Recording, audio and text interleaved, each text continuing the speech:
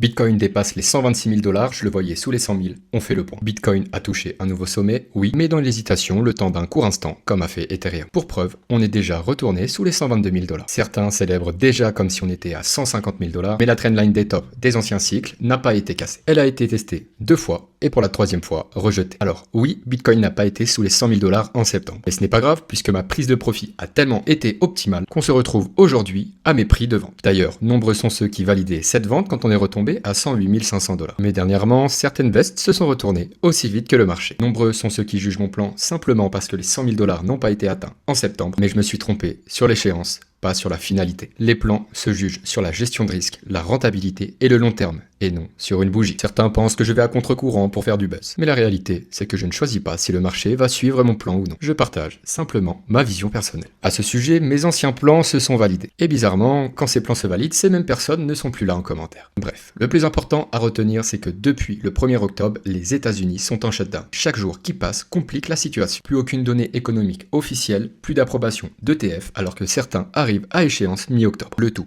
à 3 semaines du FOMC du 29 octobre où la décision sur les taux d'intérêt pourrait bien rebattre les cartes. Au final, certains perdent leur temps à montrer du doigt un timing ou une bougie, d'autres se concentrent sur la stratégie, la gestion du risque et la vision long terme. Donc ma liquidité est prête pour la prochaine correction pendant que certains subiront la chute. Parce qu'au bout du compte, les plus rentables sont ceux qui savent rester lucides quand tout le monde s'emballe. Et c'est exactement ça la différence entre ceux qui commentent le marché et ceux qui en vivent. Et pour ça, t'as juste à rejoindre le terrier.